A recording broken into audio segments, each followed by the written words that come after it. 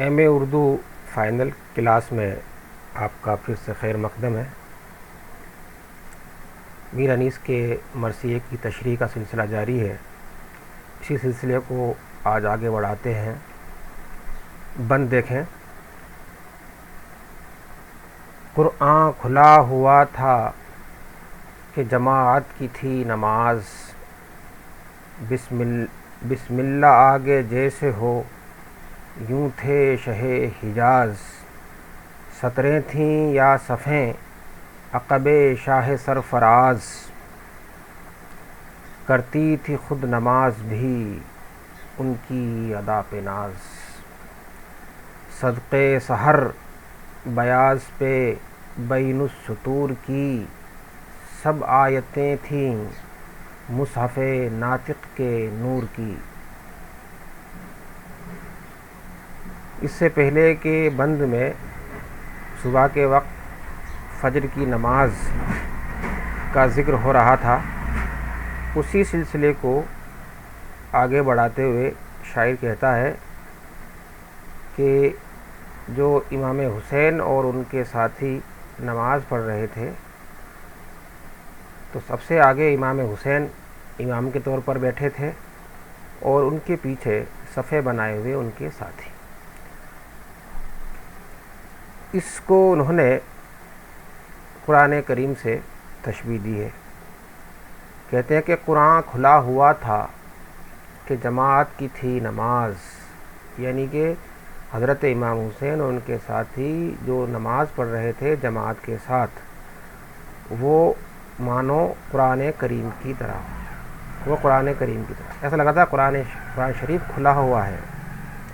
اور جب ہم قرآن شریف کھولتے ہیں تو سب سے اوپر کسی بھی صورت میں بسم اللہ لکھی ہوئی تھی۔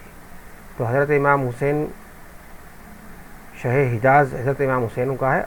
حجاز ملک کا نام بھی ہے اور مغربی عرب کو بھی حجاز کہا جاتا ہے، یعنی کہ حجاز کے بادشاہ بسم اللہ کی طرح سب سے آگے تھے، جیسے بسم اللہ سب سے اوپر ہوتی ہے قرآن کسی صورت میں لکھی ہوئی، اور سطریں تھیں یا صفیں، اور جو صفیں بنی ہوئی تھی نماز کی وہ قرآن کریم کی صفوں کی سطروں کی طرح تھی، لائنوں، جو لائن ہوتی ہے انگریزی میں لائن کہتے ہیں، تو سطریں تھی عقب شاہ سرفراز۔ شاہ سرفراز سے مراد بھی حضرت امام حسین ہیں، یعنی عقب معنی پیچھے، یعنی حضرت امام حسین کے پیچھے جو صفیں بنی ہوئی تھیں ان کی مثال قرآن کریم کی سطروں کی جیسی تھی۔ اور کرتی تھی خود نماز بھی ان کی ادا پہ ناز، یعنی کہ وہ نماز اس طرح ادا کرتے تھے، وہ نماز اس طرح پڑھ رہے تھے، خود نماز بھی ان کی ادا پر ناز کر رہی تھی۔ اور اب دو سطور کے بیچ میں جو خالی جگہ ہوتی ہے، بیاض کہتے ہیں سفیدی کو، تو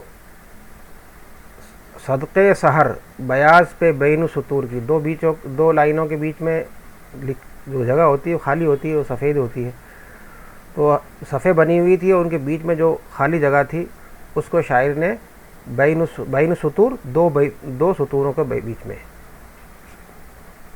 تو بین السطور جو لائنیں بنی ہوئی تھی وہ سفیدی تھی، وہ اتنی تھی کہ اس پر جو ہے صبح جو ہے اس پر صدقے جا رہی تھی، اور سب آیتیں تھیں مصحف ناطق کے نور کی، اور جو صفیں بنی ہوئی تھی وہ تو سطریں ہو گئیں، اور ان میں جو لوگ بیٹھے ہوئے تھے وہ ان کو آیتوں سے تشبیہ دی ہے، اور ایسا لگ رہا ہے کہ قرآن ایک بولتا ہوا قرآن نماز کی شکل میں، جب نماز با جماعت کی شکل میں ہمارے سامنے موجود ہو، اس میں بیاض بھی ہے، اس میں جو ہے سطریں بھی ہیں، اور اس میں بسم اللہ بھی ہے، اور اس میں آیتیں بھی ہیں۔ سب چیزوں کا ایک تشبیہ کا ایک پورا عمل اس میں دکھائی دیتا ہے۔ آگے بند دیکھیں کہ ایک صف میں سب محمد دو حیدر کے رشتہ دار، 18 نوجواں ہیں اگر کیجئے شمار، پر سب وحید عصر و حق آگاہ و خاکسار، پیرو امام پاک کے دانائے روزگار، تسبیح ہر طرف تہ افلاک انہی کی ہے، جس پر درود پڑھتے ہیں یہ خاک انہی کی ہے۔ اب ایک صف جو ہے حضرت امام حسین اور ان کے جو اہل خانہ ہیں ان کی بنی ہوئی ہے. محمد اور حیدر کے رشتہ دار، حضرت محمد مصطفیٰ صلی اللہ علیہ وسلم اور حیدر سے مراد حضرت علی، یعنی حضرت علی اور حضرت محمد کے رشتہ داروں کی ایک صف بنی ہوئی ہے. اور اگر آپ گنیں تو وہ 18 شمار ہوتے ہیں، یعنی کہ وہ لوگ 18 تھے.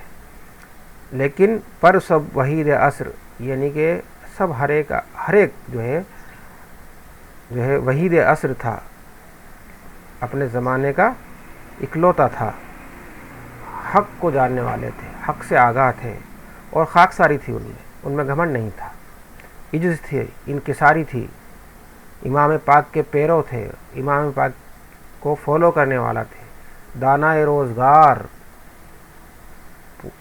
زمانے کے سمجھدار، تسبیح ہر طرف تہ افلاک انہی کی ہے، اور آسمانوں کے نیچے ہر طرف انہی کی تسبیح ہے.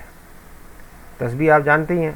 اور جس پر درود پڑھتے ہیں یہ خاک انہی کی ہے، اور جس پر آپ درود پڑھتے ہیں یہ خاک انہی کی ہے. دراصل وہاں کربلا کی مٹی جب لاتے ہیں تو اس سے تسبیح کے دانے بنائے جاتے ہیں.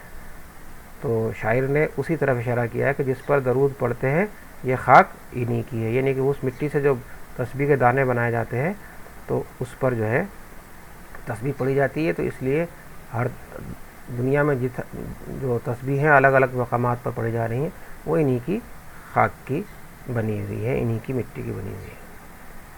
اگلا بند دیکھیں کہ فارغ ہوئے نماز سے جب قبلہ انام، آئے مصافحے کو جوانان تشنا کام، چومے کسی نے دست شہنشاہ خاص و عام، آنکھیں ملی کسی نے قدم پہ باحترام، کیا دل تھے کیا سپاہ تھی، کیا دل تھے کیا سپاہ رشید و سعید تھی، باہم معانقے تھے کہ مرنے کی عید تھی. حضرت امام حسین نماز سے فارغ ہوئے. قبلہ انام سے مراد بھی زمانے کے بادشاہ علی حضرت امام حسین جب نماز سے فارغ ہو گئے تو ان کے جو پیاسے ساتھی تھے، تشنا کام پیاسے کو کہتے ہیں، مصافحہ کرنے کے لیے آئے.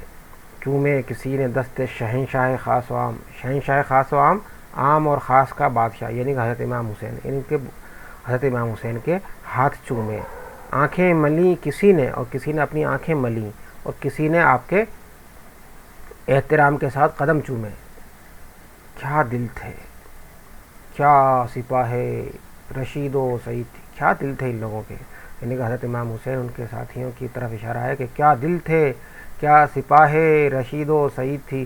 رشید کہتے ہیں ہدایت یافتہ کو، سعید کہتے ہیں نیک کو. تو یعنی کہ یہ جو سپاہ تھی، یہ فوج تھی، کیسی رشید اور سعید تھی، کیسی نیک اور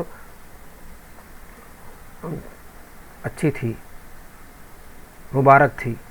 باہم معانقے تھے، معانقہ کرنا گلے ملنا، باہم معانقے تھے کہ مرنے کی عید تھی، آپس میں گلے مل رہے تھے کہ انہیں آج مرنے کی خوشی تھی. دیکھیے کتنی بڑی بات کہہ دی شاعر نے کہ ایک تو آدمی کو مرنے کا ڈر ہوتا ہے، یہ وہ لوگ تھے جن کو مرنے کی خوشی تھی، اور اس مرنے کی خوشی میں اسی طریقے سے گلے مل رہے تھے جس طرح سے عید کے لیے گلے ملا جاتا ہے.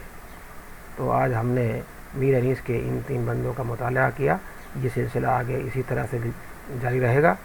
آج کے لیے اتنا ہی کافی. بہت بہت شکریہ.